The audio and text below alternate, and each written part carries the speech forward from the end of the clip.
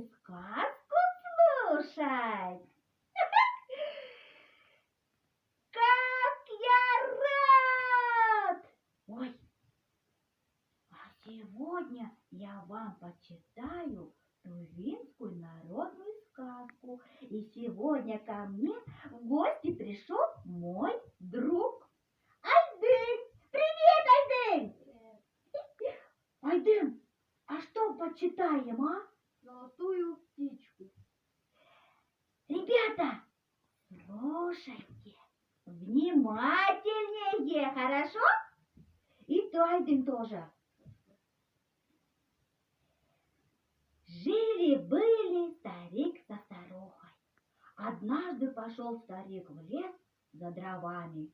Облюбовал он себе высокое дерево и только смахнул топор, вдруг из дупла выскочила золотая птичка.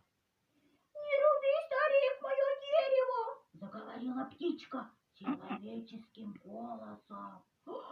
Человеческим голосом! Удивился старик, чуть топор на землю не выронил. Взмолилась птичка и пообещала выполнить все, что только он захочет. Согласился старик и говорит: «Натаскай к юрте дров!» «Ладно, старик, вот и тебе дрова!» Вернулся старик в свою юрту с пустыми руками. «Почему вернулся без дров, лентяй?» — спросила его старуха. Рассказал старик про золотую птичку. На другой день старик со старухой увидели, что вокруг старой юрты навалено много дров. Удивился старик, заткнул топор за пояс и снова отправился в лес. Подошел он к высокому дереву и ударил топором. Выскочила из дупла золотая птичка и спрашивает: «Чего тебе нужно, старик?» «Поставь я белую юрту», — сказал старик. «Ладно, старик, будет тебе белая юрта», — ответила птичка и спряталась в дупло. «Бедная эта птичка, да? Ну, этот старик!» Вернулся старик домой. На другой день проснулись старик со старухой в большой белой юрте. Снова отправился старик в лес. Стукнул он по высокому дереву. Выскочила золотая птичка и спрашивает: «Ай ты, быстро листай! Что дальше? Что дальше?» «Чего тебе нужно, старик?» «Хочу, чтобы у меня был белый скот», — сказал старик. «Ладно, старик, будет тебе белый скот», — ответила золотая птичка и спряталась в дупло.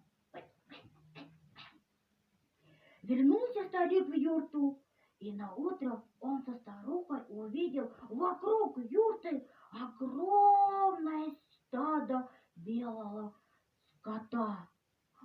Белого скота! Представляю, как их много!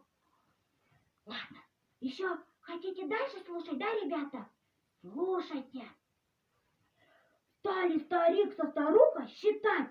Весь день скот считали, а сосчитать не могли. Спрашивает старик у старухи: «Чего бы нам еще выпросить у золотой птички?» «Не жадничай, старик», — ответила старуха. «Всего у нас вдоволь, хватит на нашу жизнь». «Эх ты, старая, от счастья своего отказываешься. Хочу быть ханом, слугам приказывать, а ты должна быть ханшей».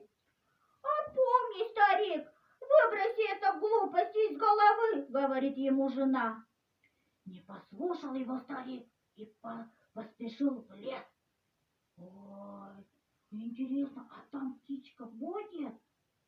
Ой, не знаю. Стукнул топором, по высокому дереву. Нет птички. Ударил он посильнее, но и на этот раз не показалась золотая птичка. В третий раз изо всех сил ударил старик по дереву, чуть не срубил его совсем и стал кликать птичку. Но все было напрасно. Рассердился старик, повалил дерево, обшарил дупло, но птички там не нашел. Вот так ему и надо, этому старику, да, Айдын? Вернулся старик и рассказал жене, как было дело. Долго ругала старуха жадного мужа. Наступило утро, проснулись старик, глядь, а у них прежняя дырявая черная юрта. Ну что, ребята,